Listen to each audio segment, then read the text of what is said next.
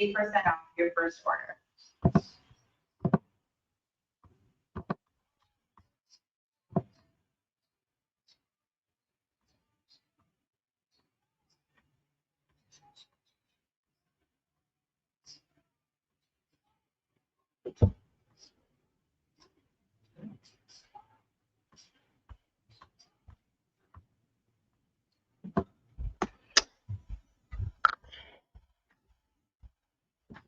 What's going on, everybody?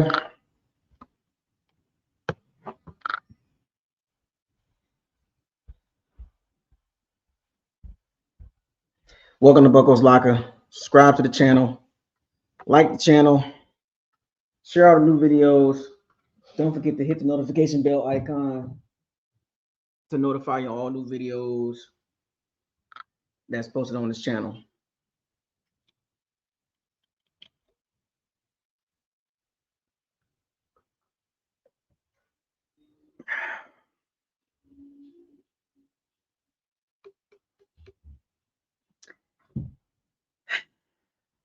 The final stand for 2025. The last video for Buckles Locker 2025. I'm going to end it off with a bang.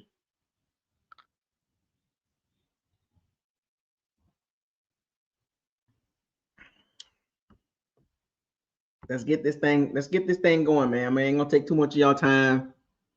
Last video 2025. You know what it is, man. We here. End it with a bang. You know what I'm talking about? Give me the key. No. So unwise. Brent, Rip, Daniel Berry Sports, A-Rod, Rip. I see, man. Sandoval, Sal, man. Styles, 8358.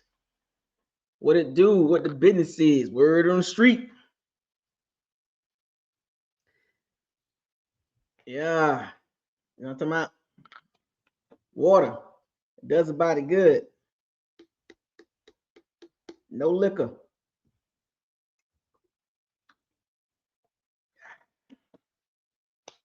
Refreshing.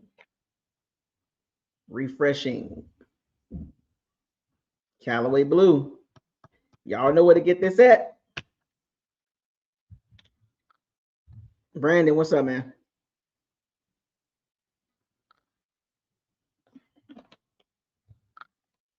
I want to look at just, Bane. The other pass rusher good too. Actually, he's a little bit better. I think he's gonna be a little bit better. Bane gonna be fine, but the other guy's pretty good too. Bane got short arms. I don't think we need to do that again. We just got Kalijah Clancy with small arms. And they saying Bane might not be a DN outside linebacker because he got short arms and he too small to play D tackle. We already got Kalijah Clancy with small arms or short arms. I think we need to get like just a high level guy. You know what I'm saying? Sonny Styles. Look, the Bucs gonna have plenty of options in 2026, and we'll talk about that in other videos. But let's talk about the Carolina Panthers at Tampa Bay Bucs. Panthers win, they clinch the South. If the Panthers lose, they still get in. If the Falcons beat the Saints, Bucs must win, and the Saints must beat the Falcons on Sunday in Atlanta. My old lady gonna be there. Major announcement coming Saturday on Buckles Locker, so stay tuned for that. You don't want to miss the first video of 2026 Saturday. You definitely don't want to miss that. That's gonna be live in effect.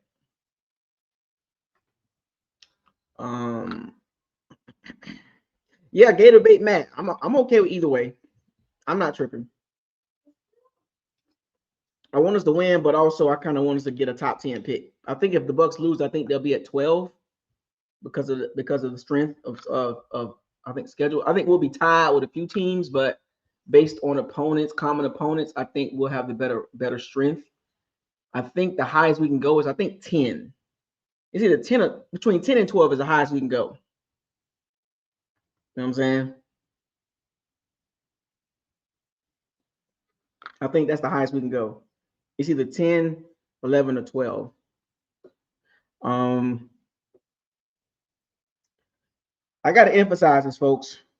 For those of you that's real Bucs fans that's gonna be at the game, shout out to you. We got some goofballs that's not real Bucs fans.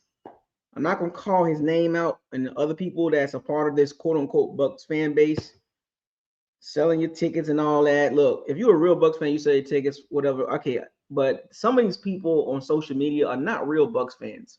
They came when Tom Brady came because I ain't never seen them at all until Tom Brady came. And those same goofballs on social media talking about I'm selling my ticket. Who cares? Nobody care about you. You know what I'm talking about? Like, I'm selling my tickets. You're not even a real Bucs fan. Goofball, clown. You know what I'm saying? Like a cockroach, just won't go away. You should have left when Brady left. Because you notice when Brady was gone, a lot of them folks left. Like cockroaches. You know, like mice, like rats. Not even a real Bucs fan. Get out of here. I'm selling my tickets. Get your whack behind out of here. Just whack. You know, I don't like people like that. Ain't nothing personal. Nothing personal. It's just all football related. You know what I'm saying? I don't listen to none of them folks say. They only here for Tom Brady and Baker Mayfield. They can care less about the rest of the Bucs. You know what I'm saying? I'll be glad when they officially gone.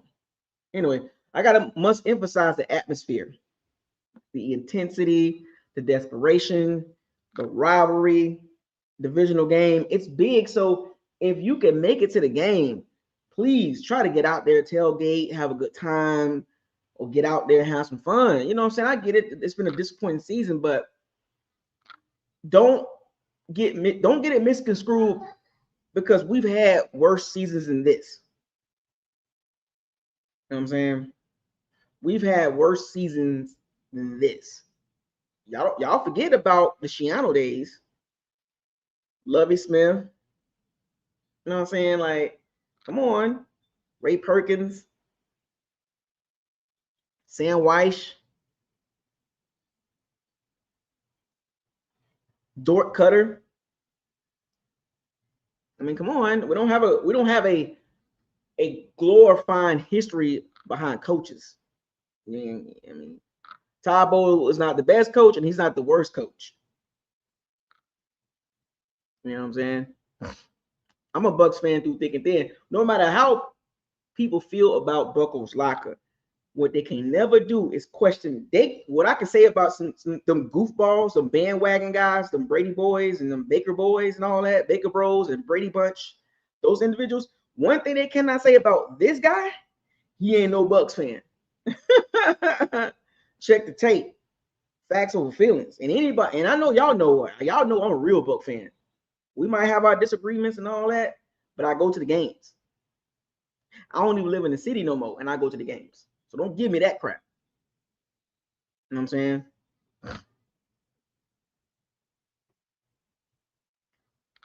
Anyway, but this is a big game. Let's get back to the game.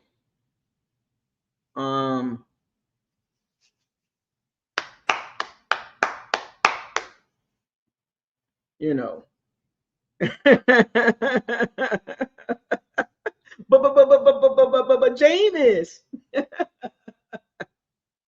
Blame everybody, won't blame nobody but him. Fast forward. Brady didn't take no blame. Fast forward some more. Nah, Baker good. Nah, it's everybody else. He hurt. Like what? Like I've never seen. We've had two quarterbacks back to back get so many excuses for bad seasons. I've never. Josh Freeman didn't get it. Chris Sims didn't get it. Bruce Gradkowski didn't get it. Jameis Winston didn't get it. Trent Dilfer didn't get it. But for some strange reason, the Brady bunch that's still around and the Baker Bros, everybody else to blame. Telling y'all, man, like it's narrative driven. A lot of the stuff is narrative driven because you know how this works. If they don't like you, they're gonna push a narrative.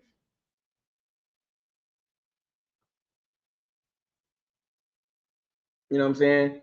Oh, shoulder injury, knee injury, throwing shoulder injury, ankle injury. take Baker out the equation, take Brady out the equation, take Baker out the equation, and put Chris Sims in there, and Bruce Kukowski, and Trent Dilfer, and Josh Freeman, and Winston in that. Put their names in that situation. I don't care about their injuries. I don't care about their injuries. No, they gotta still. They out there. They out there. You know how this works. Narratives, man. Narrative driven. Narratives. If they don't like, if the, and this goes for any fan base, but in particular the Bucs fan base, if they don't like a player, they're gonna push a narrative. They're not gonna give you the full context. They're not gonna tell the full story. They're gonna have leaving. They're gonna have ask you about the topics, the play on the field. You know, even if somebody don't do their job well, block or don't run well, whatever the case, don't hit the hole, whatever, don't tap it. They're gonna blame somebody. They're gonna blame the person they don't like. See, over here, I give you the full spectrum. That's what separates me from a lot of Bucs channels as I go into 2026, and I'm gonna stay like this. I'm never gonna switch it up.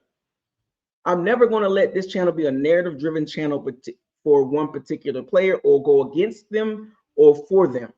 This is not a Baker channel. This is not a go against Baker channel. This is not go against Todd Bowles. This is not for Todd. I'm not, this ain't none of that. Everybody can get it. Jason Light can get it. You know what I'm saying? Everybody can get the smoke over here. Jamel Dean, Winfield Jr., Tristan Wirfs. Everybody gets smoke over here. Mike Evans, Chris Godwin. Everybody gets the smoke. No holds bar over here. No narratives over here.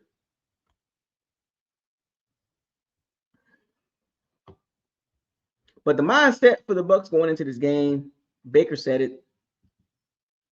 I mean, it's enough is enough. Like we've been in this situation before. We've been through the fire, took some bullets. You can erase the last 8 weeks by winning the game Sunday. Don't dig too deep in what I just said. Winning this game can put you in a position to win the division with 8-9. That's not great. That is the second time in the last few years the Bucs finished with a record of 8-9. You won the division one time. Here we go again. That is not good. That is not good for any franchise.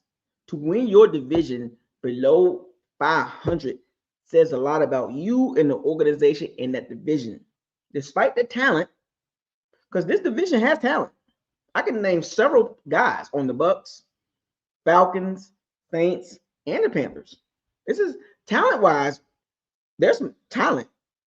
The issue with this division is coaching. Across the board, every team, there is no high-level coach in this division. They're all around the same. The worst coach for right now is Kellen Moore.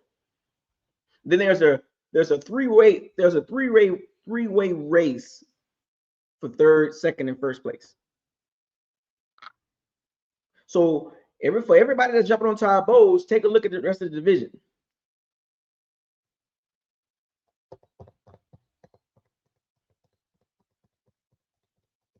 Everybody jumping on Todd Bowles, take a look at the rest of the division.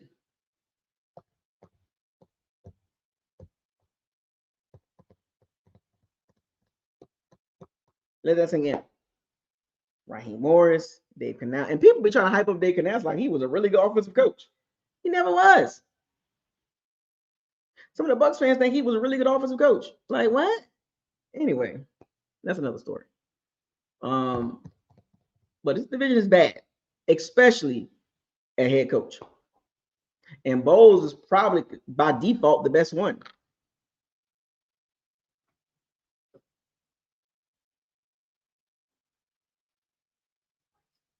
By default, based on history, based on him winning the division 4 years in a row, makes him, quote unquote, by default, the best coach.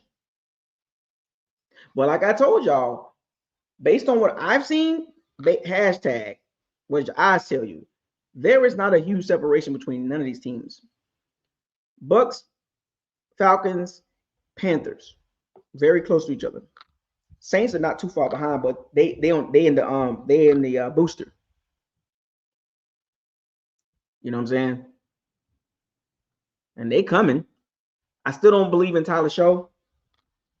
You know, the last 7 games they're 5-2, but go look at the schedule. Easy games. The 2 games he lost against the Falcons. They shut him down.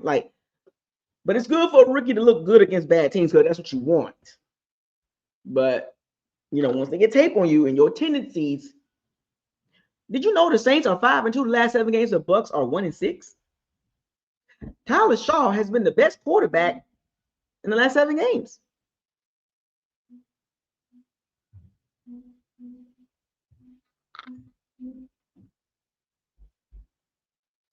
Let that sink in. The last 7 games, Tyler Shaw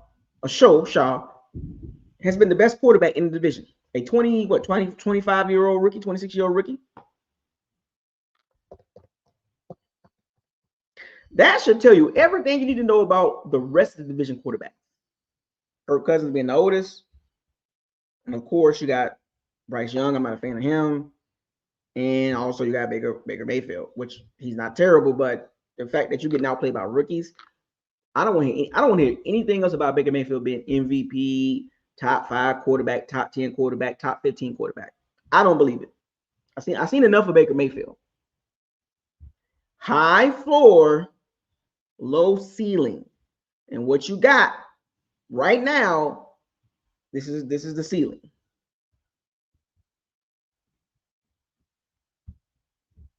The floor, 9-10 wins, but the ceiling, it ain't high. It's very short.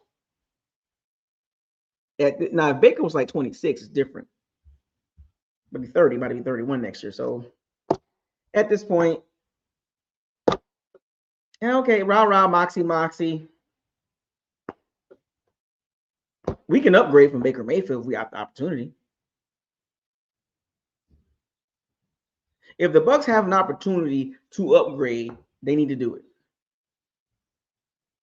And it's no shot against Baker Mayfield. I met him. I've met Baker Mayfield at the training camp. Cool guy. I mean, nothing personal. But at this point, the Bucs will be fools to give him an extension.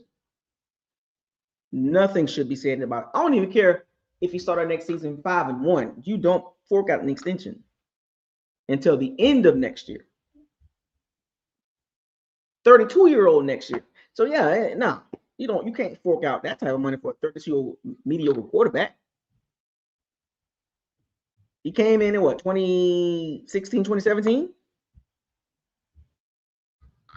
No, I'm good. And then if he had, now remember that Matthew Stafford played for the Lions until he was 31. He didn't win his first playoff game until his 13-year mark in the NFL, 12-year mark in the NFL. So it can't happen after 30. You just got to go to the right team, right coach. Not saying, but see, in order for Baker to get in that situation, he needs to go to a high-level coach or get a high-level coach in Tampa for him to take it to the next level, which he possibly can, getting the perfect coach and the perfect O-line, the perfect run game, the perfect receivers, and the perfect defense. But chances of that happening in Tampa is slim to none because of how Tampa GM drafts. The head coach probably going to be here next year, and the OC might get fired, the scapegoat. But it's not all just about the OC. And we're going to see Sunday. You win this game, a lot of people are going to be happy, but also mad at the same time. You know what I'm saying? Like, they win this game, it don't cover up the stink. It's like somebody taking a dookie and putting sugar on top of it. It's still dookie. You know what I'm saying? So this game going to tell us what we already know. Whether the Bucs win or lose, we're going to already know the outcome. You're not now. People talking about the Bucs can catch fire, like Chris Sims, like the Bucs can be dangerous if they get to the playoffs. In the last 2 months, you are what you are. All of a sudden, you're gonna flip the script. You should have flipped the script about 4 weeks ago. Malia, turn that down. Thank you. Malia, turn it down. So loud. Jesus. Girl, I thought I got her phone so loud. You can hear it. Anyway, a triple entendre. A polisher. A polished.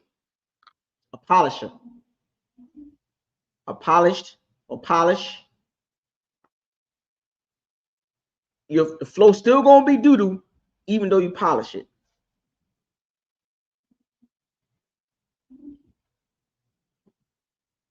You know, polish it.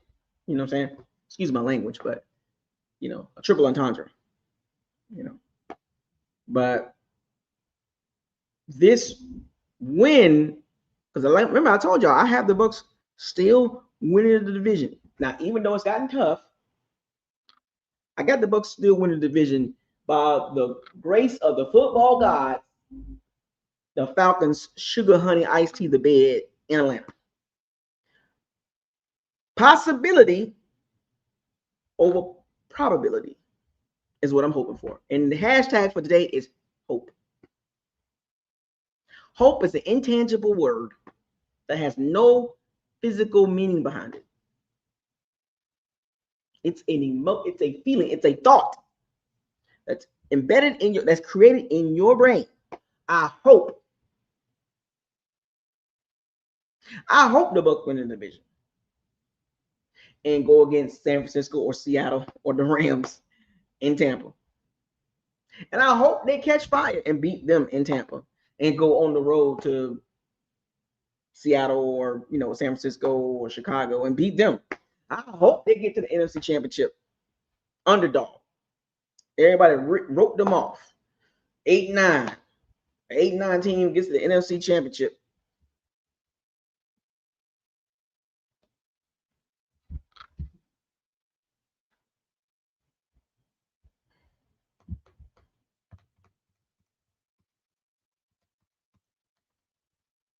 So, you know, one thing for sure, and two things for certain.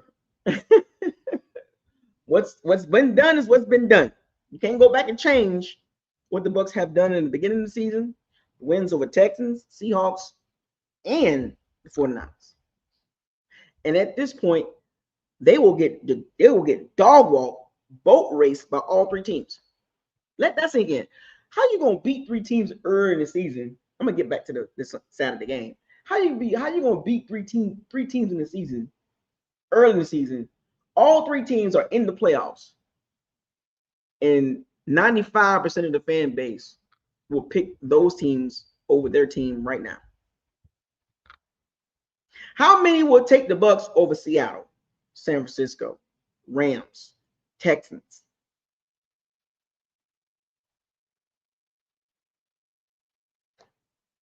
I'm talking about right now. You are what you are right now. What you were is not what you was. Wordplay. What you are is currently. And right now, the Bucs going into the game is a pile of dookie. Not turds, not doo-doo, not boo-boo, not stink. They got a pile of dookie. From the GM all the way down to the 53rd person.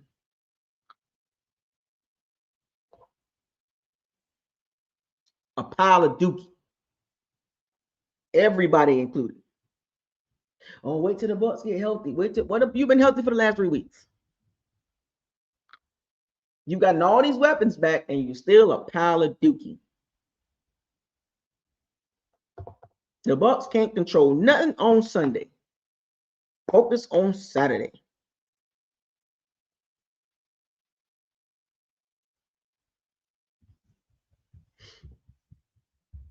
Baker Mayfield leadership must show in a must-win situation. I get it. It's been a must-win situation for the last several weeks, and he has not showed up.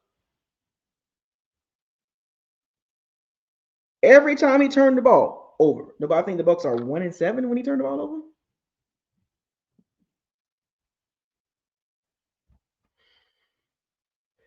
If he don't turn the ball over, the Bucs win. But can you bet on that? What's the over-under on Baker's turnovers? 1, under 1, above 1. What's the over-under on Baker turnovers? What are the odds of him turning the ball over in a bad time? This is how you know it's in his head. The last several weeks, he's had a turnover at bad times. Then you had some people talking about the Bucs need to take the ball out of Baker Mayfield's hand. I'm sorry, what?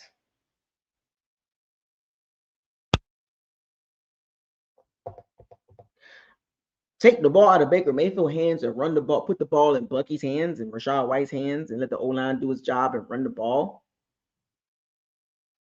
in a must-win game? When this is the same guy that they were talking about MVP, he's gonna get a big contract, and you want to take the ball out of his hands? If the Bucs go into this game and they do that, I don't want to hear nothing about a 3-year, $150 million deal.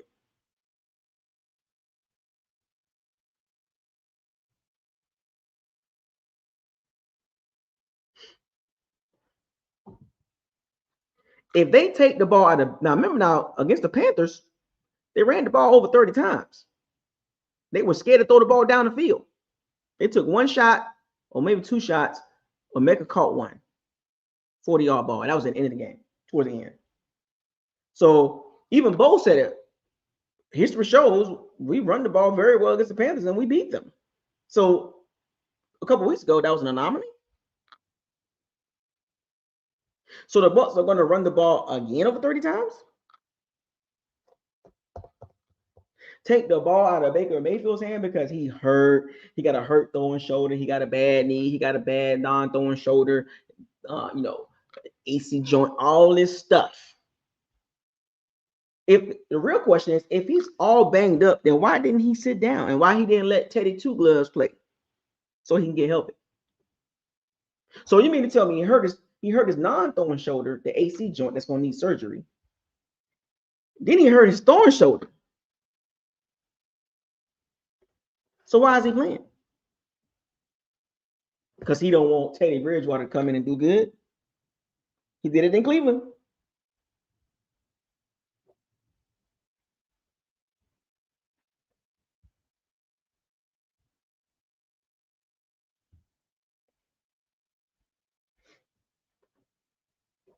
Mike Evans, Jalen McMillan, Chris Godwin, Tez Johnson, Emeka Egbuka, all these weapons.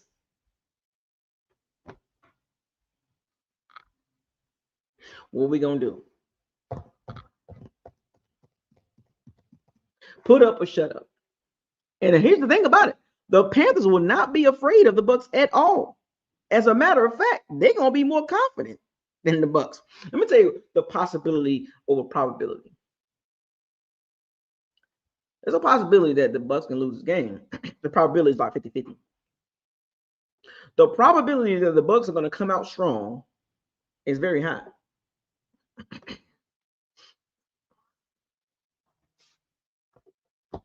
The Bucs are going to come out strong that first series, that second series, and we've seen over the last several games they flame out.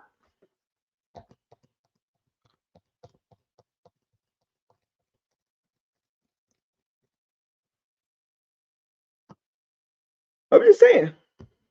They're gonna start strong. Everybody's gonna be hyped up, and all of a sudden it's gonna flame out. I've seen it one, too many times. Matter of fact, as I'm talking to y'all, I'm gonna turn on the game right now. I'm gonna go back to week 10 and watch these games. They always start out strong and then they flame out. The Panthers have nothing to. They have all the confidence in the world.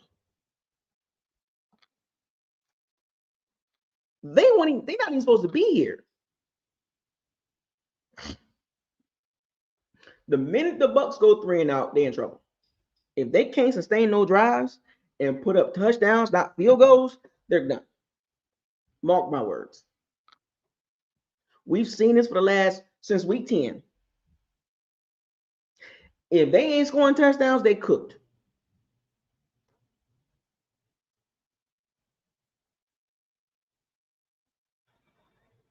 They cooked.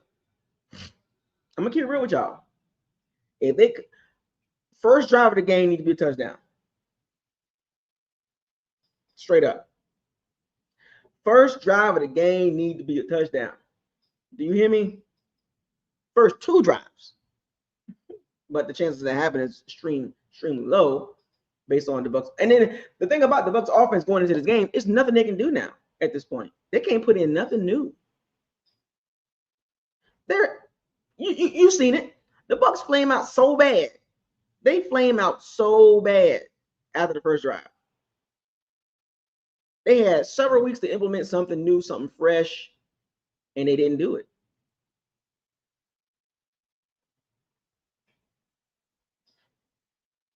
They didn't do it.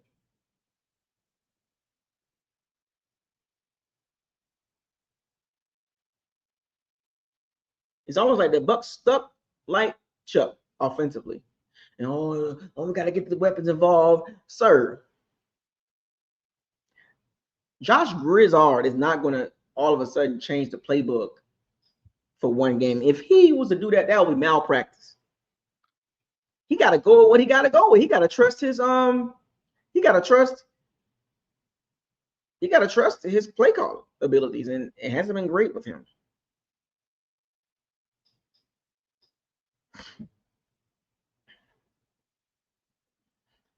Think he's gonna go in there and change the game plan and make it more confusing for Baker.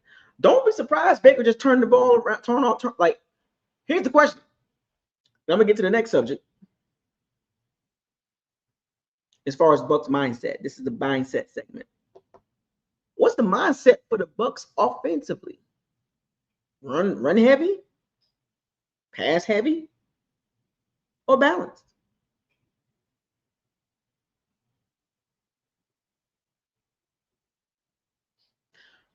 What's the question?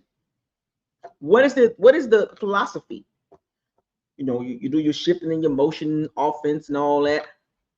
You're going to take the ball out of Baker Mayfield hands?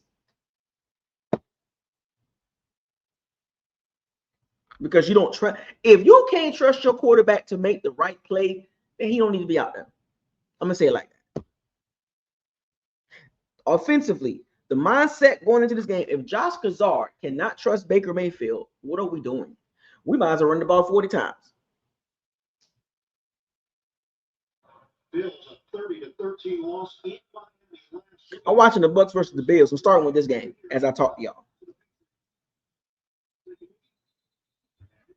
As I talk to y'all, I'm watching these games back to back all the way through Saturday.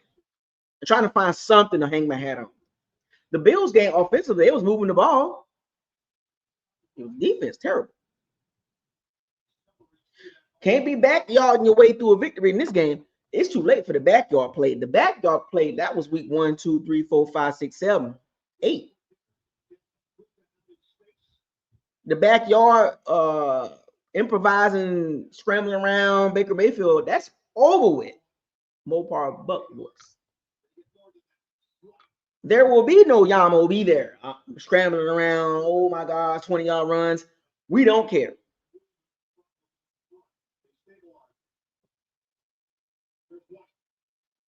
We don't care as Bucs fans. All that rah-rah and doing all this right here, we don't care. That haven't gotten you anywhere the last several weeks. Moxie. Meanwhile, Mike Evans and McMillan and Godwin, like, I don't care about that. Throw the damn ball. And here's the funny thing about it. What if Baker Mayfield mindset is to come out there, I got to prove myself, and I'm going to force the ball?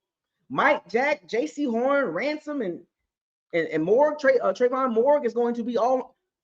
The Panthers secondary is opportunistic. They go get the ball. And to be honest with you, the Bucs, I don't like the Panthers front seven outside of Derek Brown. The Bucs might have to run the ball 40 times to take the ball out of Baker Mayfield's hand.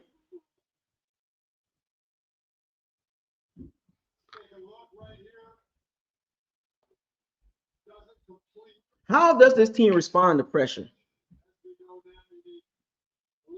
Win and hope. Hope. Think about that for a second. Hope and pray. But the Bucs cannot go out there and 3 and out themselves, or go out there and have a 10, 12 play drive field goal. Because the Panthers, they know what we're going to do. They know what we're going to do, and we know what they're going to do.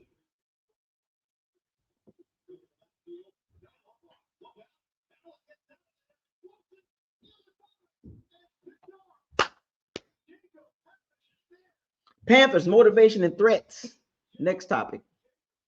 They control their own destiny, win or lose. But if they win, they in.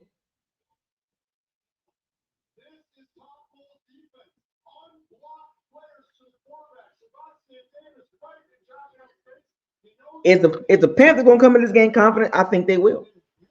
They have not lost back-to-back games in several weeks. They lose and they win. They lose, so they lost to the Seahawks. There's a high probability that they can win the game. Chuba Hubbard, Rico Dowdle. The Bucs did a great job in stopping the run. There was a couple runs that Rico Dowdle could have broke, but Tyke Smith was there for the tackle. They did a good job getting them together. Panthers look like their O-line is healthy. Robert Hunt is back, their guard. The O-line for the Panthers is their strength. Their run game is their strength.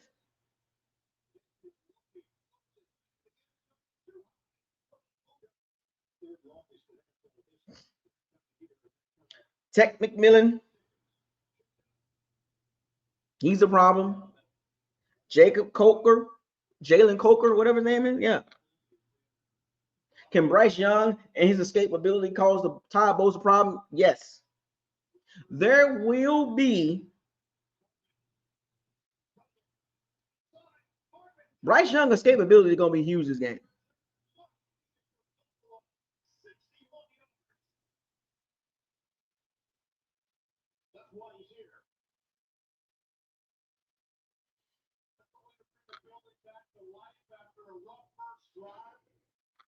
I'm just saying, Bryce Young escapability will be a problem for Todd Bowles' defense.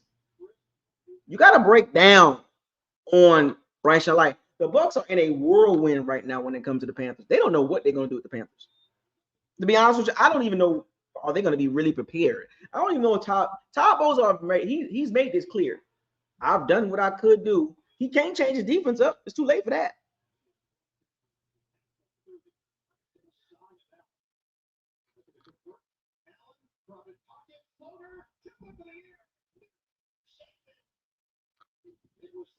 Todd Bowles can't change the defense.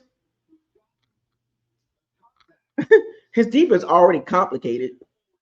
So that makes it even worse for Tampa going against the Panthers offense defensively.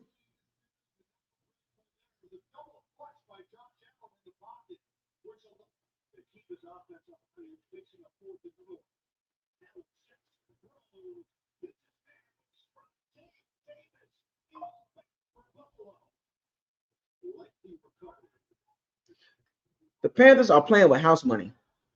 Nothing to lose. They have an aggressive secondary. Front seven look like they trying to figure it out, but Seahawks is a little bit too much for them. You see, like, look, they got beat pretty bad. They was in the game. They was in the game till the third quarter, 17-10. I was watching it. And then it was just like Seattle was just like, all right, let's get right.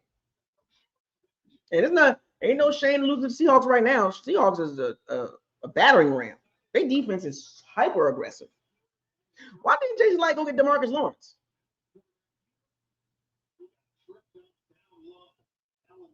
Why didn't Jason Light get DeMarcus Lawrence?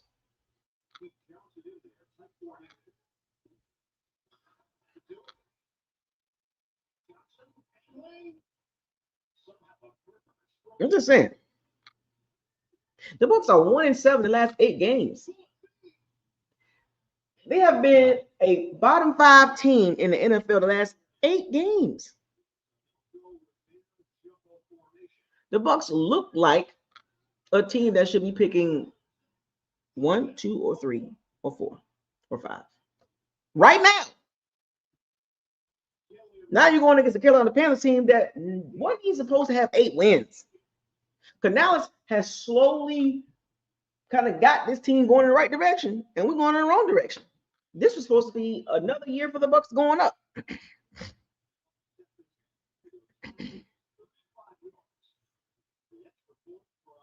2 wins. Now you're up to 8. Meanwhile, we're stuck in mediocre purgatory.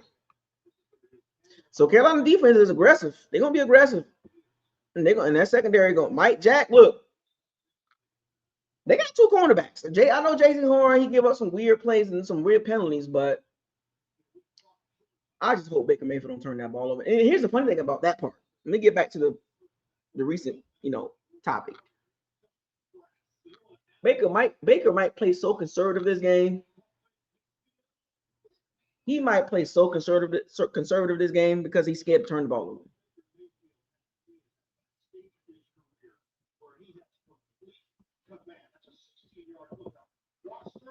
If Baker Mayfield got complete command of the offense, then why does it look like this?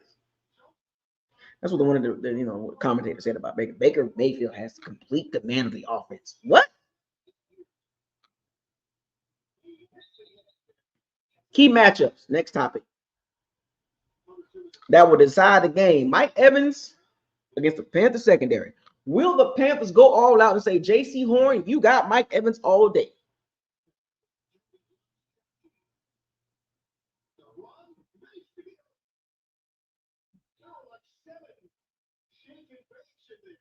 Because the Panthers, they played Mike Evans straight up, and he only had 5 catches. That's because I don't think Mike Evans' legs the same. He'll give you a burst of a deep ball, pass interference, please type thing. He'll give you a deep ball here and there, but ain't no undrafted free agents out there Mike Evans going against. I think Mike Jack was undrafted. I think he was, but Mike Jack has developed into a really good second cornerback. And we know about J.C. Horn. They got some good safeties. I don't like their linebackers, though. But we don't got no tight end that can exploit those linebackers like that. Bucky Irvin in the screen game. Our screen game is terrible. So Mike Evans versus the Panthers matchup. Can the Panthers shut Mike Evans down again? Is Baker willing to push the ball down the field more of this game? Because he's going to try to play with a chip on his shoulder. But that's early. I can almost script how the game was going to play out.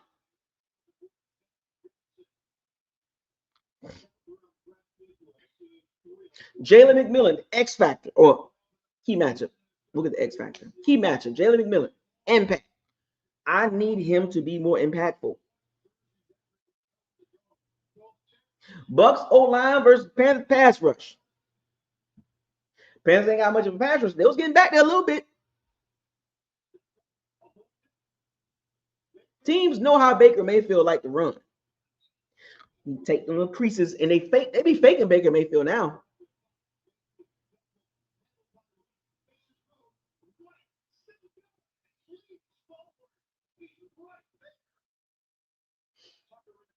Like Jack, lean forward.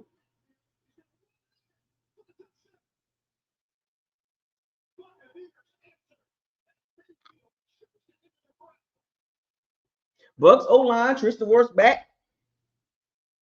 I think he's not 100%. I don't think Tristan Wirfs 100%. He's gonna gut it out on that toe. Don't be surprised. His night cut short too. Tampa's run defense against Carolina run game. Carolina run game can only go up from the last game the Bucs played against them because they shut down Dowdle and Chuba Hubbard. Bucs secondary versus Panthers receivers. Back to the Tampa run defense. Keep winning on early downs. Put Bryce Young in long third downs, 3rd and 8 plus. Tristan Wirfs is not 100%. He's gonna gut it out. He gonna gut it out. He said something about having a turf toe. Turf toe don't heal in 1 week or in 2 weeks.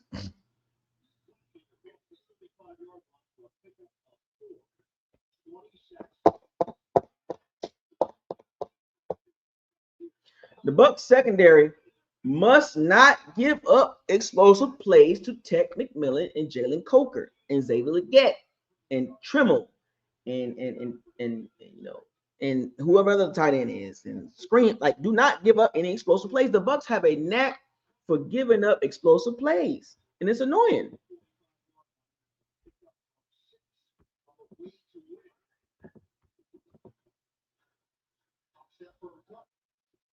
It's annoying.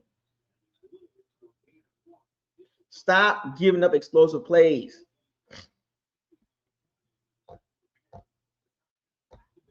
Three cornerbacks out for us. Who? What three? I know Zion McCullough, Jamel Dean, shoulder. What's that? Zion McCullough, Jamel Dean. They're nicked up right now. Jamel Dean, Zion McCullough, and who else? He said 3 cornerbacks.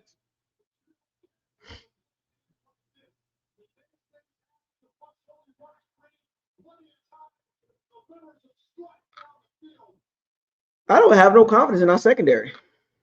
Oh, Morrison. Hamstring, my bad. I forgot. Jamel, Mr. Glass Dean, Burnt Toast Dean, Zion McCullough, and Benjamin, Mr. Glass Morrison.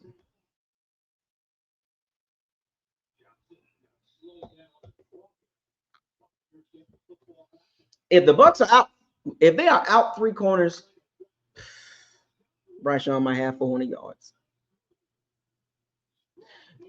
Another cornerback. How many goddamn slot corners and cornerbacks we're gonna keep drafting, man?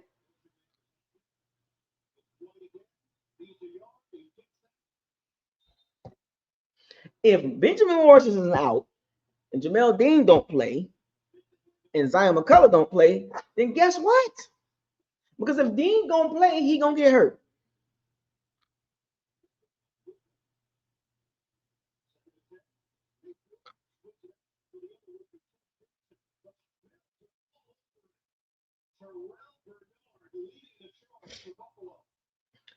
If we are missing 3 cornerbacks this game, we got Kendra Vildor running out there. Vildor?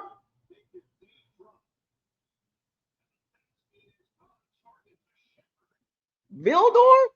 And Kristen Isian out there? So we're going to play Josh Jacob Parrish at cornerback.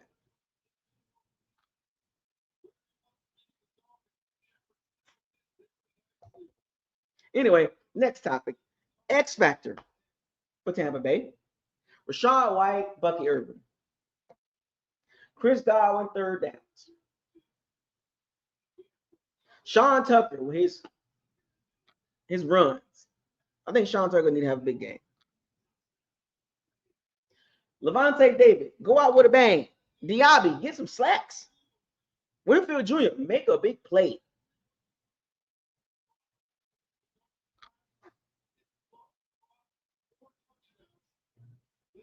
We need our leaders. Vita, get us like this match. No, Vita be like, he made one play. He be like, this not sugar honey iced tea. This not sugar honey iced tea, sir. Then we don't hear from you for the rest of the game. Vita, Levante David, Winfield Jr., the leaders of that defense, step it up. This could be it for y'all. Well, Winfield Jr. ain't going nowhere, but Levante David, pretty much, it's a wrap. So go out with a bang, man. Give it all you got. Hamstrings and all, Levante. I know you slow as dirt now, man. Very instinctive still, but he's slow.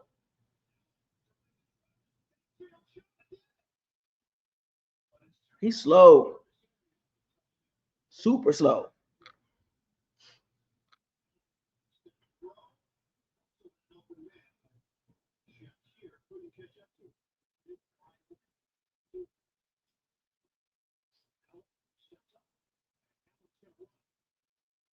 Diaby, young guy, step up. Braswell, step up. Logan Hall, step up.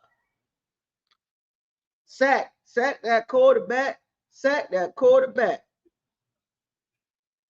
Sack that quarterback. Sack that quarterback. Special teams, for God's sake. No big returns and no block kicks, man.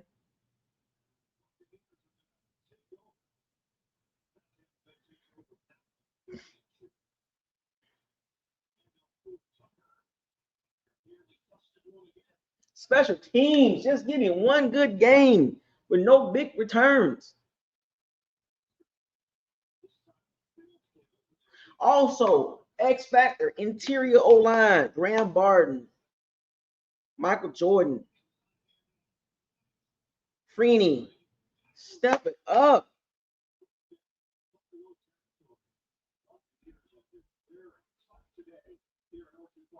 First down.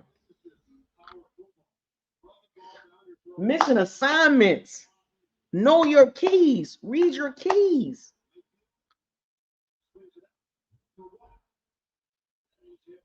First down. What a win means for the Bucs this Sunday.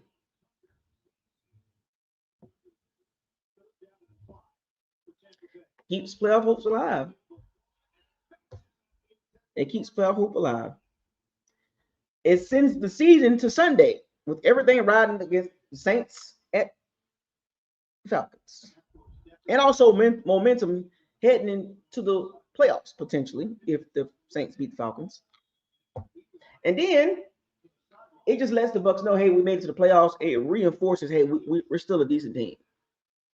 Because if you don't make the playoffs, man, because you make the playoffs, anything goes. But you're playing the cream of the crop. We ain't playing no Rudy Poops in the playoffs. What a loss mean? It sends the season comes to an end on home turf.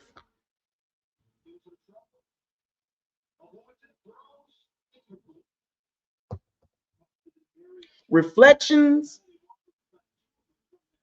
injuries, inconsistency, and missed opportunities. And then the offseason will be the focus. It will become the focus. And last but not least, final thoughts and prediction. I got the Bucs winning 24-20. And now we got to wait on Sunday. It's an emotional game for a lot of people.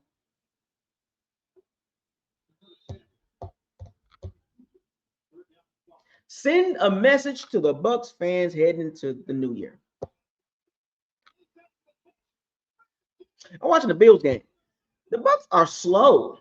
We don't have no explosive defensive players.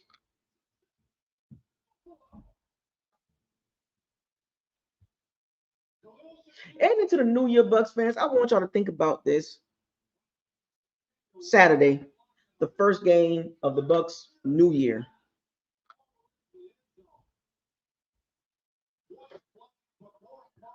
Be positive as you can. Be as positive as you can about this game. I know it's rough. I know it's rough for me to watch our team wither away. But there is hope that they could win the game. Possibility that they can win the game. The probability is not great. But guess what? I'm going to ride or die 24-20 Tampa Bay Bucs. Now, I'm going to put the link out here for my Powers and C bandits in the chat to say your last pieces before the new year. Say what you got to say about the game. Can we keep it in that pocket? We'll talk about all the other stuff next year. But when I bring you on, I need you to talk about the game. Because this is your last opportunity in 2025 to say what you got to say. It will be on record.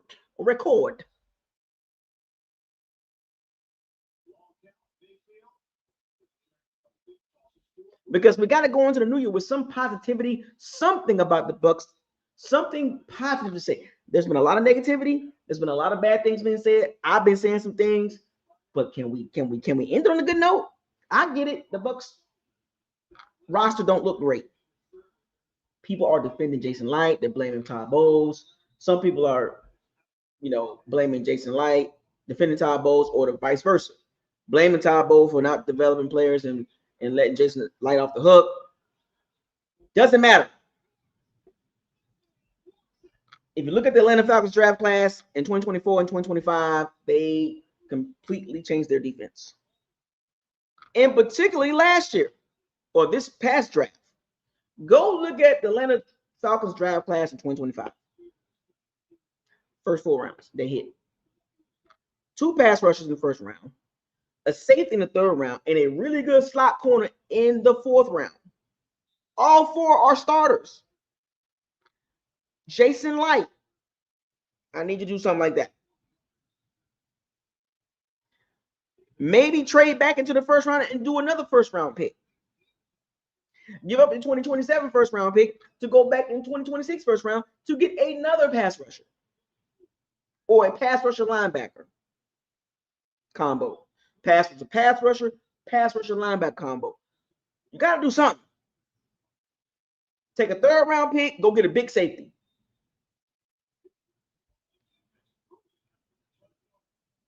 You got to do something. Xavier Watt was there for the Bucs. The Bucs said, nah. James Pierce was there for the Bucs. The Bucs said, nah. Jack Campbell was there for the Bucs a couple years ago. Carson Schwarzenegger, the linebackers, they were there. The Bucs said no. Jaleel Campbell was there. The Bucs said no.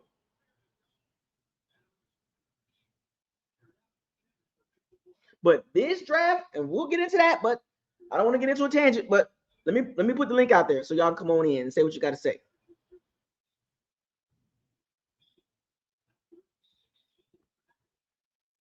I don't even want to get into that.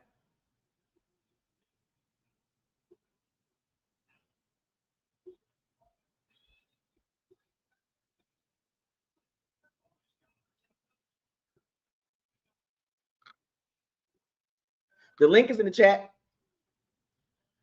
Say what you got to say for 2025. This is the last video. I'm going to let y'all go. I'm going to give y'all a window of opportunity to spill your guts for 2025 and talk about this game and I'll talk to y'all Saturday.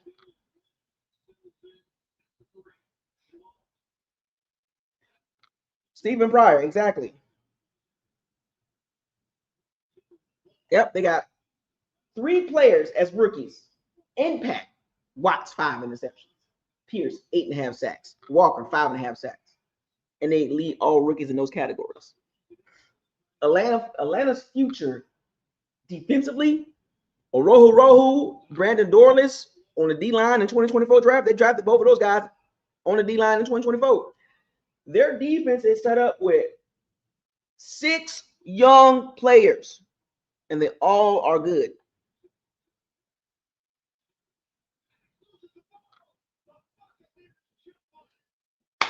First down. Link is in the chat. For those of you that has never been in the locker room, this is your opportunity before 2026 hit. Come on in the locker room, express your frustrations about this game. What are you concerned about? What is your thoughts about this game? Because come Saturday, it's going to be lit. You hear me? Because I ain't going to say nothing tomorrow. I'm not going to say nothing Friday. But I will be live in effect on Saturday.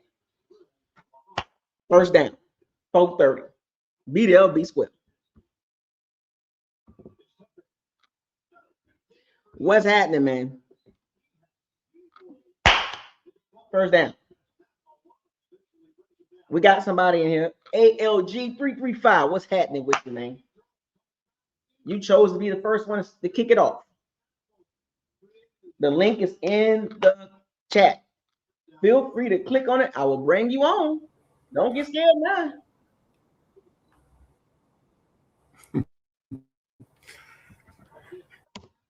Y'all see the link in the chat? Hey, real quick, man. Happy holidays to you and your family.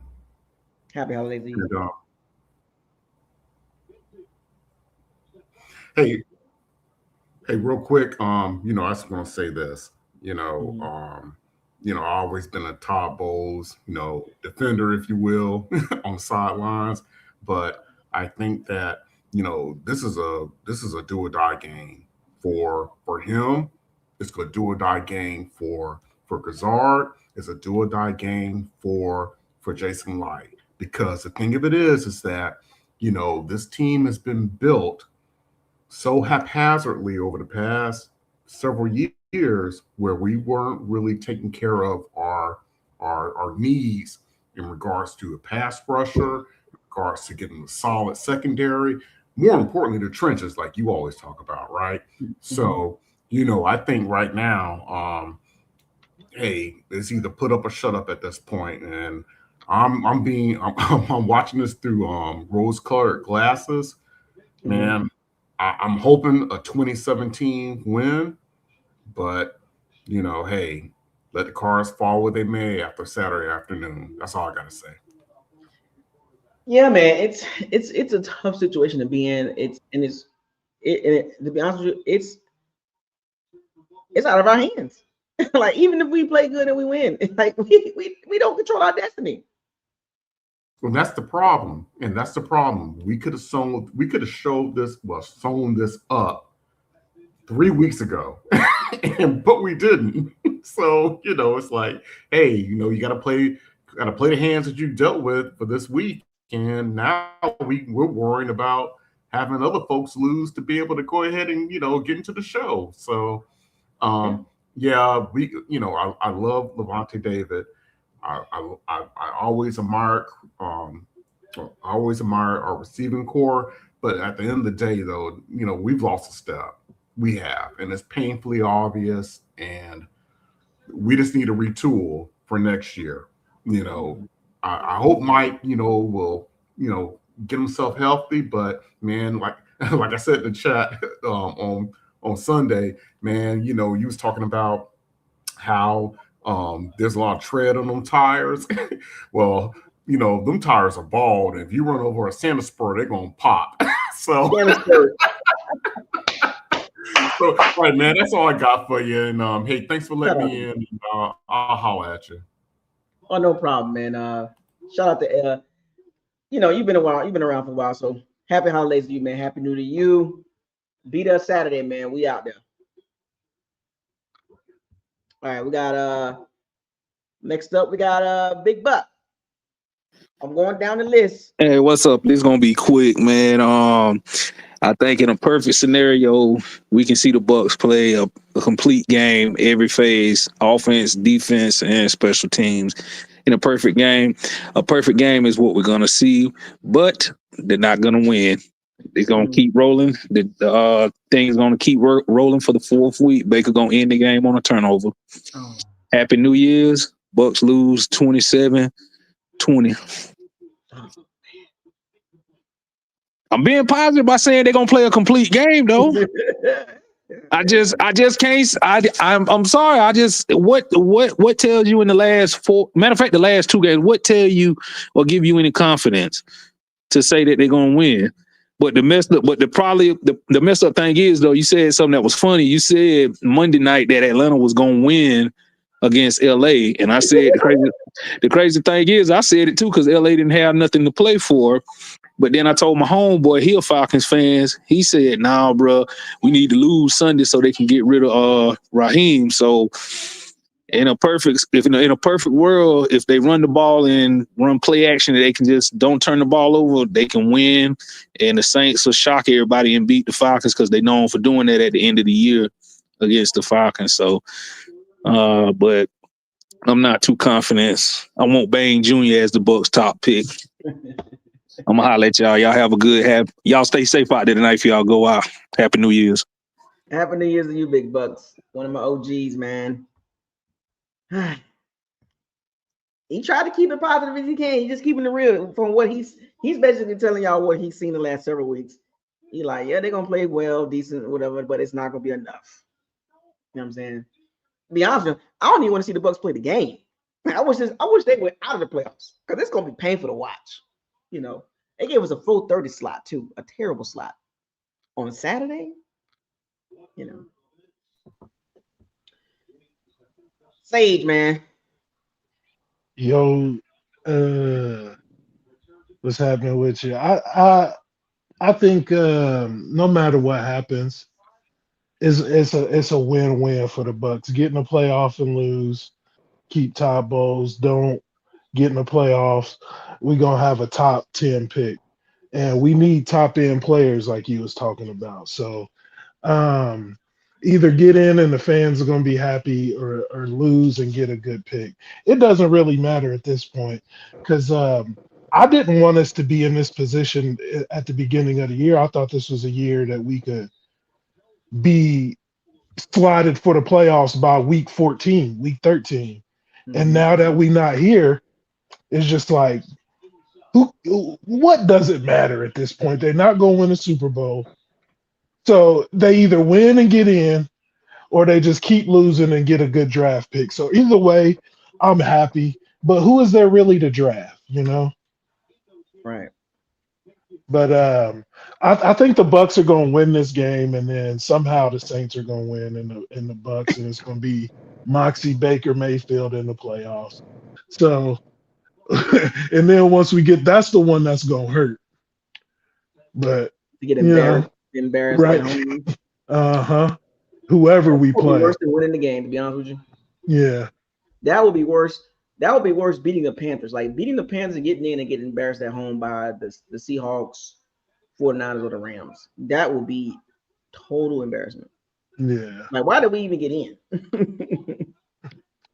You know. Oh no. It's a dangerous game for a lot of reasons for the Bucs because on one end, they win, Bowles kind of keep his job, right? You know. And then if they lose, we can see him step down, not fired. You know what I'm saying? We could but the report saying he'll be back, but we could see him kind of forced out, kind of sort of. But I think what obviously was also playing a big factor too is the candidates this offseason for head coaching is mostly defensive guys. Right. Salah. Yeah. People are talking about Dozier, Aaron Glenn's going to be available. Yeah, where's the young Ben Johnson, Liam Cohen that's going to be available to kind of like for the Glazers to be like, yeah, you know, we don't like what we've seen the last 3 years with these losing streaks and it causing us issues and all that, and the team not developing and looking pretty bad and you know, like I said, there's some passing game coordinators, you know, Stefanski, McDaniels, you know what I'm saying? We'll see, you know. Right. We'll see. But Happy New Year, man. You said what? In a perfect world, the Bucs can get that 10th pick in the draft. Yeah, that's what I want. Or if we come in third, there's a possibility we could come in third in the division. Would it be lowered in? I think the highest we can go is 10, I believe. Oh, okay. I think it might be 9, but correct me if I'm wrong. Somebody correct me in the chat. But I think 10 is the highest we can go. And you know, the 10th best player in the draft, that's a starter. You know what I'm saying? Right, for sure. We need it. Instant right on the edge. Do you think just what about Max Crosby? Well, we have to give up some, you know, and it's yeah, man. That's true. And pay him too. So yeah. We'll see, man. Yep. Appreciate you, big dog. Happy New Year. Happy New Year to you, Sage. For sure. Be safe out there. Yes, sir. The link is in the chat. We got next up. We got well, he calls himself Buck. So okay. Hello, Booker's Locker. What's up? What's happening, man? I can't hear you, but I can hear that's you. crazy. I don't know why I can't hear you. I can hear you. Technical difficulties. I think those of you that know who he is, you know who he is. So we gonna let him figure it out. But we still got room in the locker room. Come on in. Baker Bros is welcome. Brady Bunch is welcome. Todd Bowles Defenders is welcome. Jason Light Defenders is welcome. If Jason Light draft another receiver at 10, I'll be like, you got to be kidding me. 37-32. The Bills are beating the Bucs in the fourth quarter right now. Come on in, folks. What we doing here? It's the last video of the season. When y'all ain't jumping in the locker room, get your one-on-one.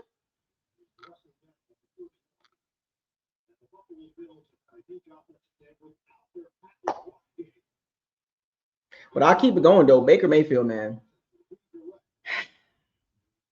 One good season in Cleveland, one good season with the Bucs. And we jumping up and down for that.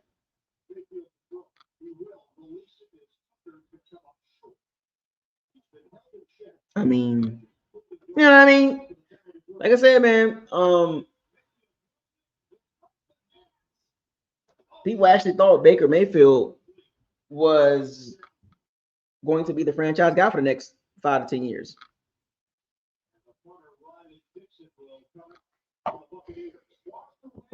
I don't think he's a franchise quarterback at this point, unless he gets with an offensive coach. The longer he stays on the Todd Bowles, this is what it is. And can somebody please tell me what is going on with the Bucs special teams? Oh, shout out to Brent O'Neill, 13th anniversary. Happy anniversary. First down, 13 years. Keep it moving, keep it going. You know what I'm saying? The link is in the chat. Winfield Jr. be slamming dudes. He be tackling, he be picking dudes up and slamming them.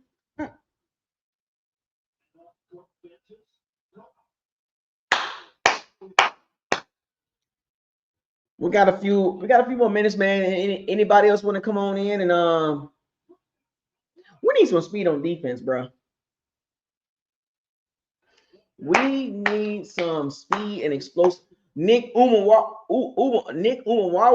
the big safety at the Seahawks drafted, he was available in the first round. You could have paired him with Winfield Jr. and had Winfield Jr. stay in the back and had Nick Umawawe play up line because he could play linebacker too. See, the Bucs have made some terrible draft picks and some mediocre draft picks, man. Like there were some guys that would have been. Can y'all imagine if we would have had Christian Barmore, Travis Jones, Jack Campbell, or Carson Schwarzenegger, or Jalea Campbell, or James Pierce, or Nick Umawawe? Can y'all imagine if we had like 3 or 4 of those guys these last 3 years? Can y'all imagine that? Can y'all imagine if we would have had out of all 8 of those guys, 7 or 8 of those guys, we just would have got 3 or 4 of them. I'm watching Winfield Jr. get trucked by Josh Allen on that quarterback draw. Xavier Watts has played better than Winfield Jr. He's played better than Tyke Smith. Just watch Winfield Jr., 5'9", get ran over by Josh Allen. He just got smacked, ran over, cleaned the crap over. Just got trucked. We need some big safeties, man. I do not like this little safety setup. Midgets back there. They're not going to be good enough.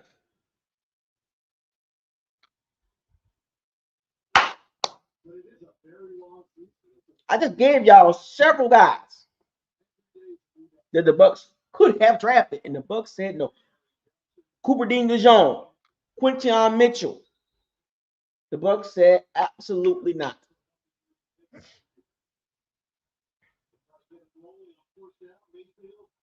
The Bucs had several opportunities to draft impact players in the first 3 rounds. The Bucs said absolutely not.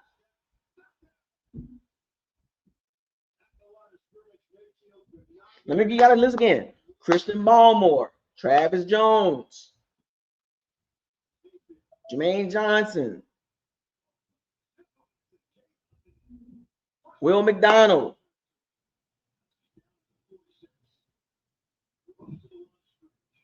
Cooper DeJean, Quinton Mitchell, Jalea Campbell, Jack Campbell, Carson Schwarzenegger, Xavier Watts, Nick Umawawe, The Bucs could have drafted 4 of those guys. It could have been a team right now. You know how better the Bucs would look with Jack Campbell at linebacker, 6'4", 230 pounds, or Carson Schwarzenegger, 6'4", 240 pounds. The Jason Light and his minions said, absolutely not. We want Logan Hall. We want Chris Braswell.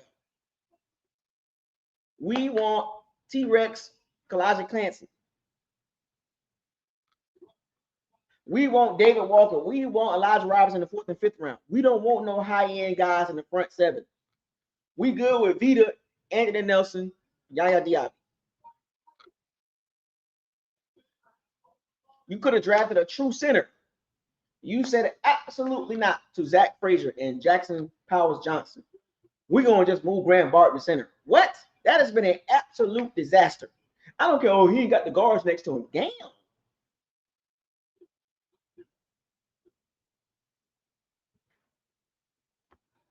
I mean, how? Damn. Just draft the high-end talent. You won't have this problem. First down. It's not hard, man.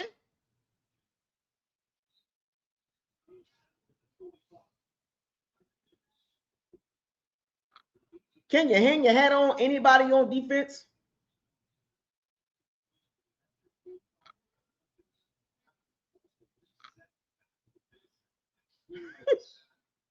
Can you hang your hat on anybody on defense? Can you point at somebody on the Bucs defense and say, yep, that's the cornerstone? First down. As I wrap this video up, Bucs lose 44-32 to the Bills. I'm going to keep watching the rest of these games. Try to find something to talk about Saturday. End of the year wrap up, right? I was pounding the table for several guys these last 3 years. And all those guys I've been pounding the table for, the Bucs said nope.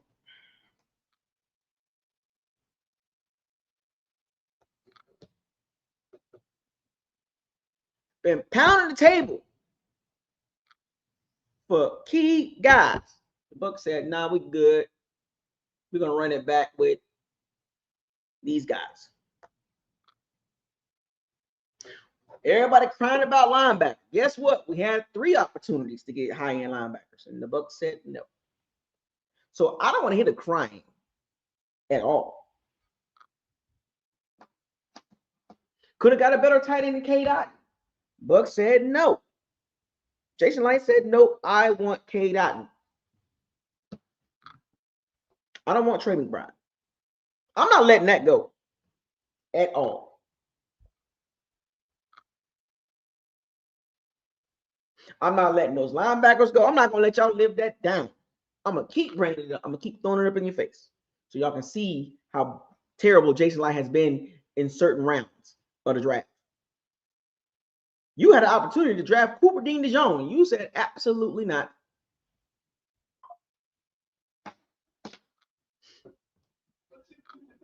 What's people complaining about right now? Secondary, they can't cover nobody. Did y'all know the Bucs are bottom 10 in pass defense? Did y'all know the Bucs have the worst defense in the NFC South? Did y'all know that? Nolan Smith, Jacoby Dean, Campbell. Like, did y'all know the Bucs have the worst defense in the NFC South? Yards allowed per game, the worst. Top 5 GM, top 5 roster. Oh, the truth. My dad always told me the truth shall set you free. The truth shall set you free. Y'all remember that talk show, Murray? When it comes to the Bucs having a top 5 roster, top 5 GM, and that was a lie.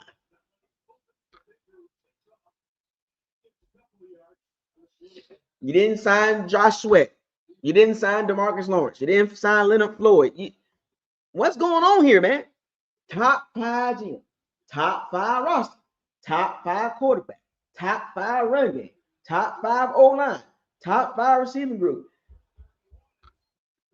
That was a lie. Absolute lie. Miss me with that.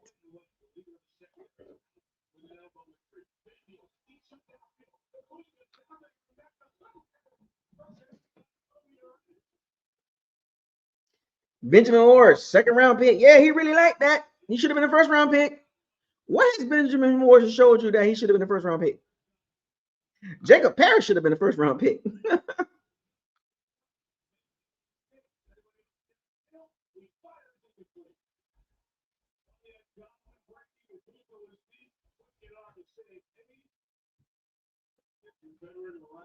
Jacob Parrish has been our best defensive back. He was a third round pick. Should have been a first round pick. Emeka Obuka, first round pick. Pick number 19. We need a receiver. Everybody complain about defense.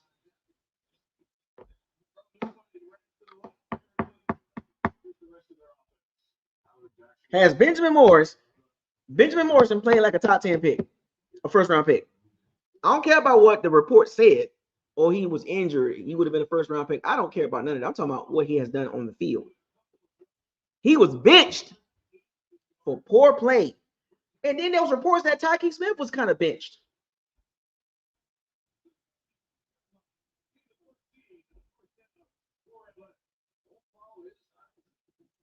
The Miami Dolphins game, Tyke Smith was low-key benched. Is that true? Oh, Savasi, this will be fine, a linebacker, and that was a lie. Oh, we'll be fine on the D-line, and that was a lie.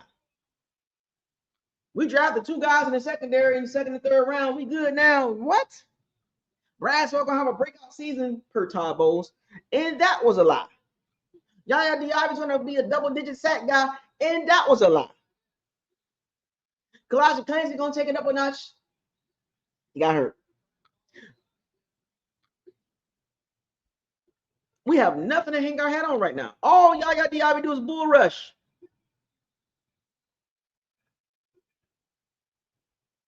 Answer the question. Has Benjamin Morris been played like a first-round pick? As a matter of fact, Will Johnson has played better than Benjamin Morris. He won the second round.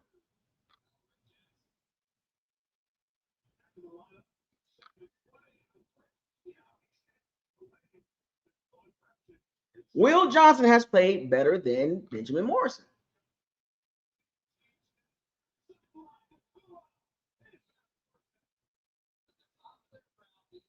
Thank you for answering. I just want you to answer the question. I don't care about all that stuff. I don't care about none of that.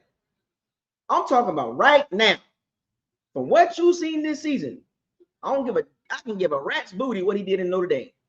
What has he done this year to justify him being should have been a first round pick? Absolutely nothing. That's the question. That's the answer. Cut the crap. Keep it 100. I don't care about how you feel about a player. Tell me what he's done on the field this year.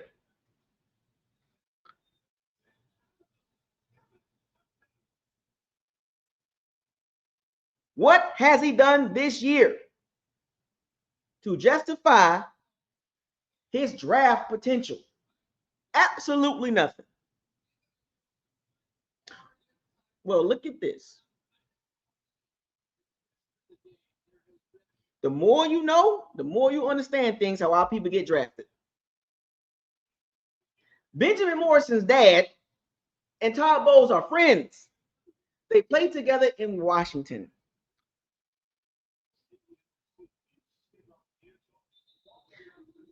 Gator Bait Matt, you're going down the wrong hole, buddy. I can care less about Tom Brady. I'm talking about right now. He has not played well, and he can get better.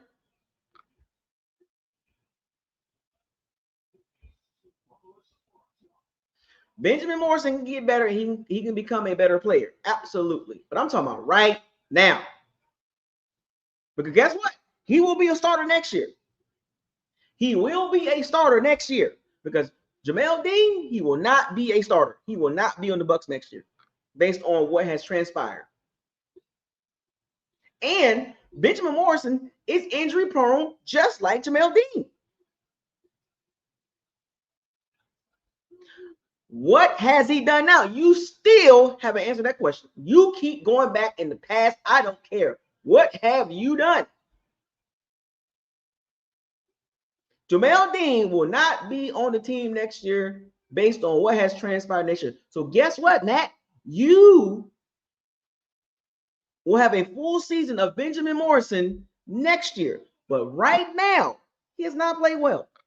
He has not played to his potential. Not to say he'll be a bad player, but as of right now, he has not played to his potential. Jacob Parrish, as of right now, looks like the better player. Right now, you keep going back in the past. Right now, Jacob Parrish looks like the better player and is playing like the better player. Is that a fact or not? Fact or feelings?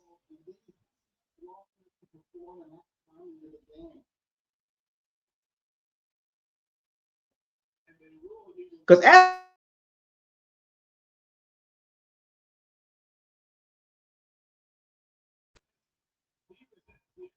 that's the part you're skipping over. Not to say Benjamin Morrison is going to be a bad player, but what the Bucs should have did, they didn't do. And guess what? You fast forward to December 31st, 2025. Guess what the Bucs fan base is complaining about? Defense, secondary, pass rush. Everybody named Mama talking about the front seven. But we keep drafting cornerbacks and slot corners. That ain't helping, buddy. It's my point. Front seven can help the secondary by a long shot. But a lot of us stand pat on what the Bucs should have did in the draft. They didn't do at all. They addressed the secondary, and the issue was linebacker and pass rush. Atlanta did what the Bucs should have did. It's not a lazy argument. It's a fact. What the Bucs should have did, Atlanta did it.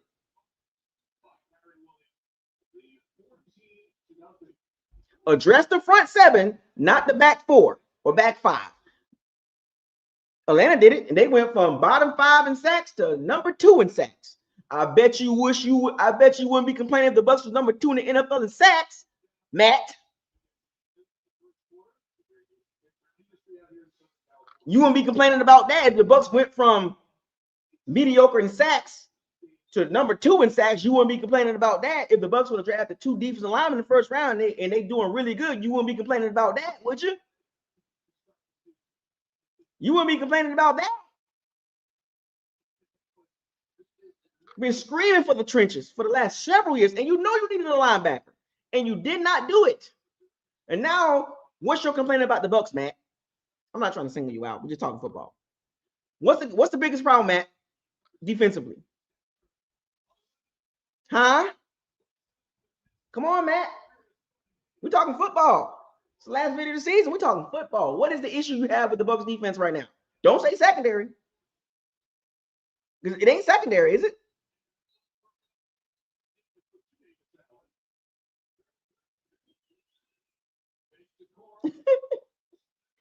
Because I still wasn't crying about the secondary. See, over here, I don't know who you are, Matt. First time really kind of seeing you. But over here, we've been talking about trenches. Whatever group you part of and whatever Bucs fans you've been following and talking to, they might have been complaining about secondary. Over here, we talk about trenches. And where the Bucs are weak at, answer that question, Matt. Where's the Bucs weak at right now? Secondary or front seven? Where's the biggest weakness, Matt? You know football.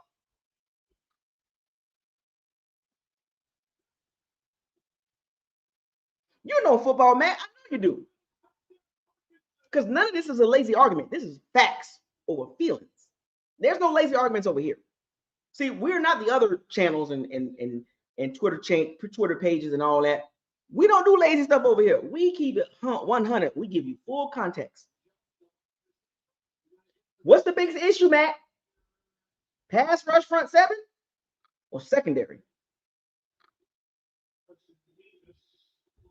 Because everybody complaining over here, trenches. I've been banging the desk for trenches since 2017, man. I do this, and I've been right every year. I've been right every year. The Bucs have been behind in the trenches for several years, and it shows again this year, and last year, and the year before that, and they keep drafting secondary guys.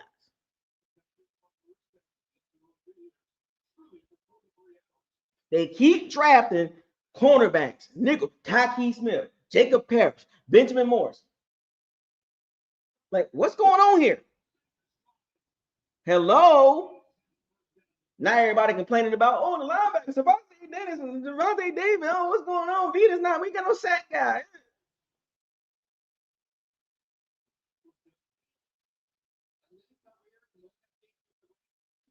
I've named several guys over the last 3 years the Bucs shoulda, coulda, would have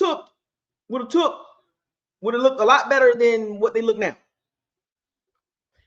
Todd Bowles' scheme need talent in the front seven. He don't have that.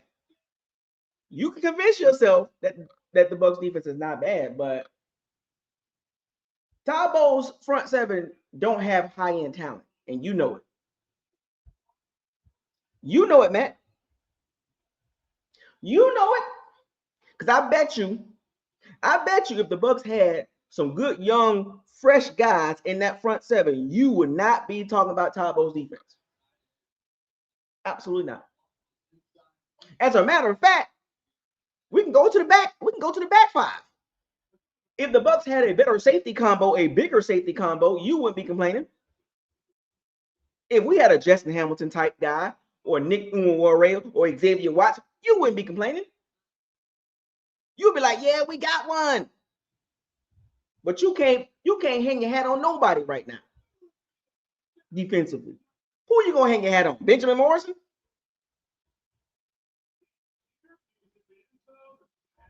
What you gonna hang your hat on? Benjamin Morrison? I would hang my hat on Jacob Parrish before Benjamin Morrison.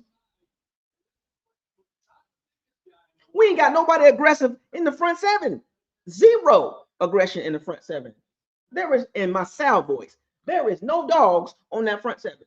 Zero.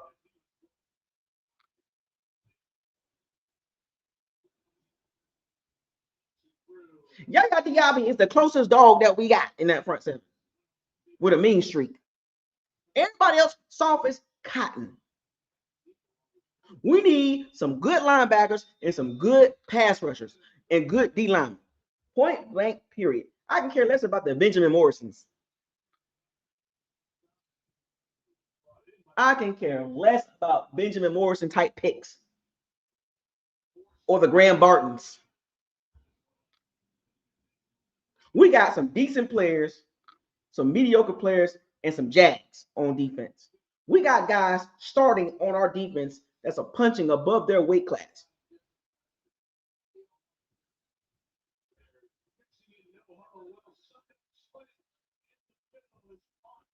We have nobody that's elite on our defense.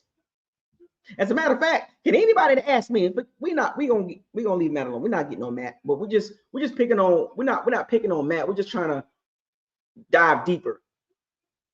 Name me anybody elite on the Bucs defense. Period.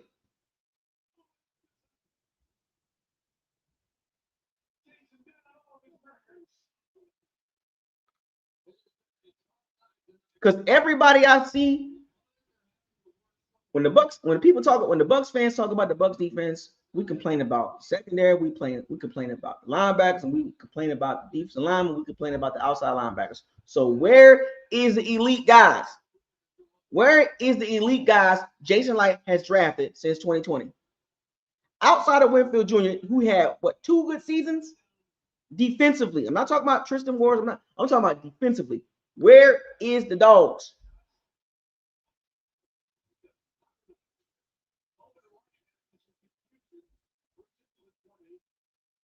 Can anybody answer that question, please? Anybody? Where is the elite players on defense?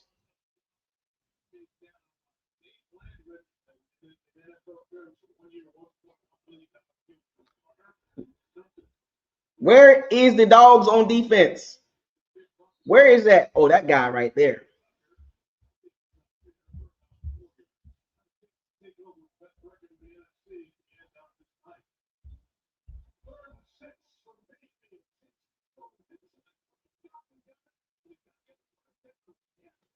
We in trouble, Matt. You know it. I mean, I'm not. Look, nothing personal, Matt. We in trouble, man. This is the point I'm trying to make. We in trouble. Defensively, no matter how you cut it, Benjamin Morrison, Vita, Tyke Smith, the Bucs are in trouble, and you know it. There is no lazy argument. The Bucs defense is not good, and you know it. Across the board, secondary don't play well. They don't mesh well with the front seven, and the front seven don't mesh well with the secondary. Who fault is that? Who drafts these players? Not the fans.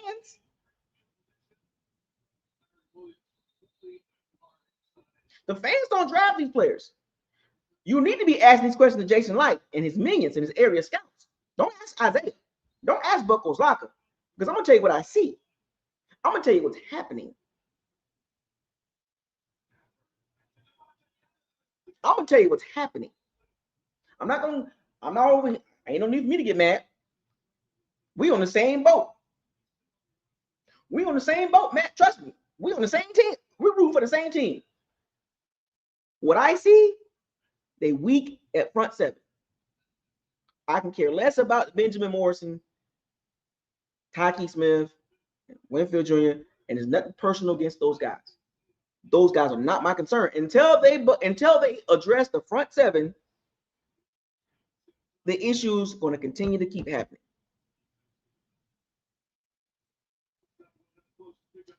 Jason Light, Todd Bowles, shame on you is my point, Matt. Shame on you for not drafting high-end talent defensively. Let's go down the list of starters on the Bucs defense, and you tell me, Bucs fans. Let's start with the D-line. Logan Hall.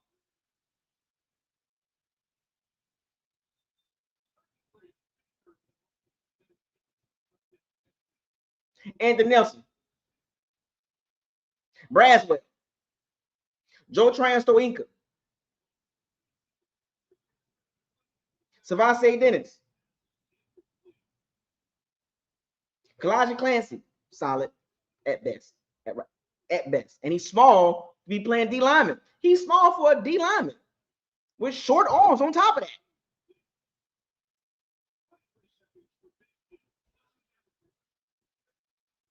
Anthony Nelson. Rotation guy. Yaya Diaby.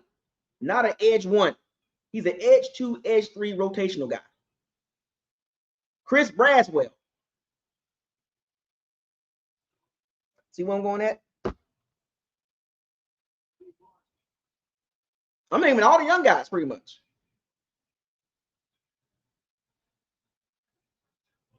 In the front seven, Elijah Roberts, David Walker. When he come back, let's see what he do. But he undersized, like a Shaq Barrett clone.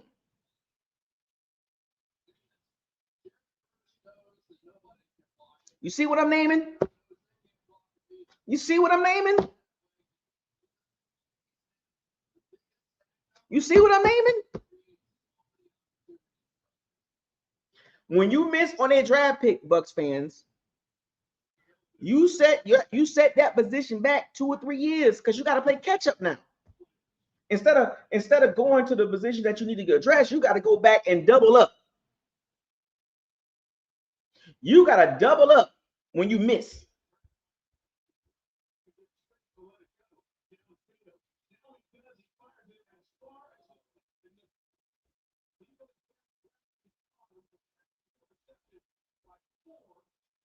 Missing on Joe Tryon-Stoinka, missing on Logan Hall,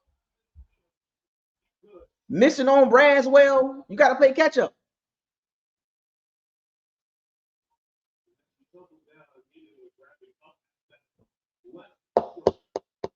That's why it is very, very important that you scout well.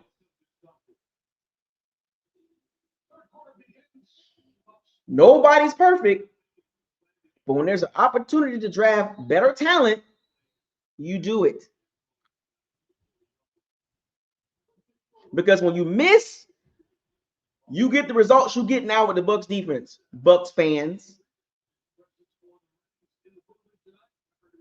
95% of the Bucs fan base is complaining about that damn defense. Todd Bowles scheme. But for some strange reason, we're going to skip Jason Light like he's not a part of the problem. Like it's not his fault. It's Todd Bowles' fault that can't develop. Well, you got to you got to draft the talent. All these guys I named are literally either backups or rotational guys.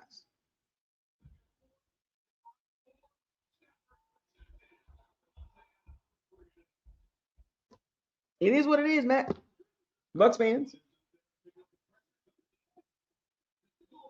It don't even matter.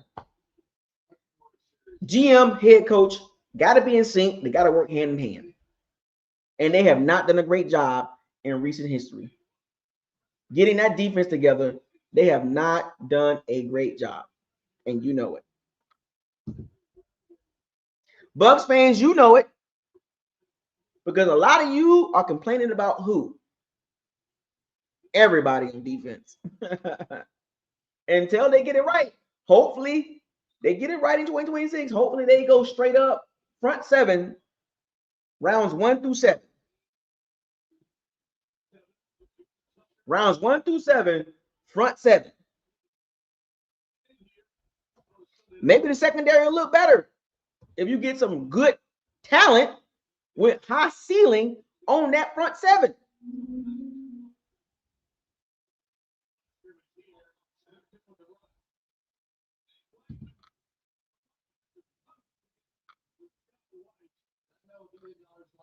I know I damn sure didn't talk about Logan Hall and Chris Braswell and Elijah Clancy. I didn't talk about Emeka Obuku at 19. I didn't talk about Braswell in the second round. I didn't talk about none of those guys. The guys I talk about are doing well. Don't get mad at me. Don't get mad at me. I didn't talk about none of those guys that Jason Light drafted. Don't get, and I did pick Diaby to get to the Bucs. He's solid, but he's not elite. He got no moves.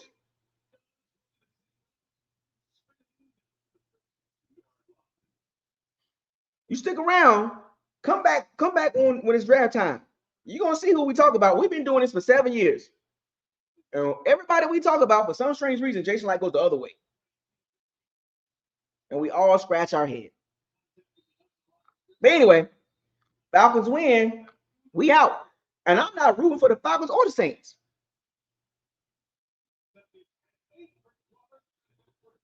See, a lot of people don't come over here during the draft time. Like, they go to them other channels. See, the people that don't understand how we work over here when it comes to draft time, we've been doing this for 7 years. Some of us 5 years, 4 years. And y'all know how I am draft time. All those guys Jason Light be drafting, I don't talk about them. They're not on my radar.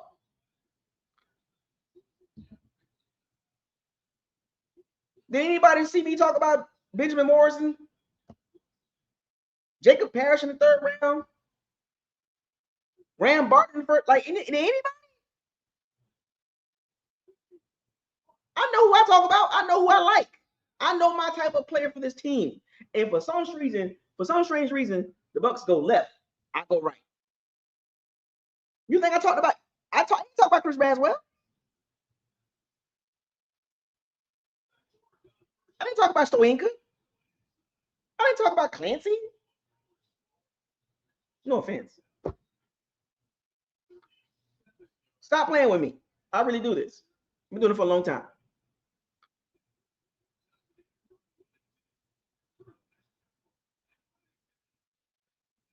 First down. For those of you that have not experienced Bucco's Locker during draft time, come back. I promise you. There is no, we don't talk about what Jason Light draft. We talk about what this team needs. Anyway, you didn't hear none of those names. Exactly. Edward, you didn't hear none of those names. The names you heard, most of them doing good. Not all of them, but most of them doing good. But I just hope the Bucs do what the Falcons did. Go sign you a veteran pass rusher. Go draft 2 guys in the front 7. Go get you a big safety and a linebacker.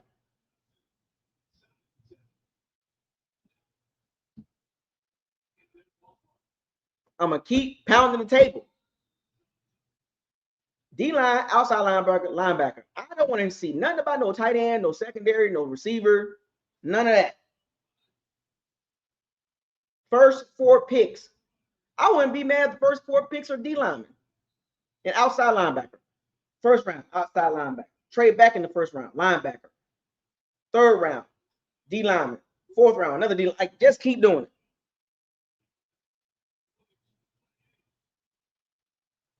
Keep doing it. Anyway, shouts out to all the Pirate Sea Bandits. Thank y'all for joining the last video for 2025 on Buckles Locker. Great conversation. Having a great time. Y'all take care. Enjoy your happy new year. Enjoy your new year. Be safe. Don't drink too much. Stay home if you can. I'm about to watch some more highlights and some of these old games of the Bucs this year. Try to find something to look forward to. And I'm going to watch this Miami and Ohio State game and see what they got going on over there. Buckles Locker, signing out. Happy New Year. Enjoy your 2026, bringing it in. Yes, spam front 7. Hashtag fire those cannons. Hashtag Caesar Day. Hashtag facts of finance. Hashtag don't get mad at me. I don't play the game. I talk about it. Hashtag why. Hashtag what is this? Hashtag possibility over probability. Probability. Hashtag what does your eyes tell you? Hashtag spam front 7. Hashtag hope. Hashtag no excuses. Buckles Locker signing out. I will see y'all Saturday. Be there, be square. I'm out.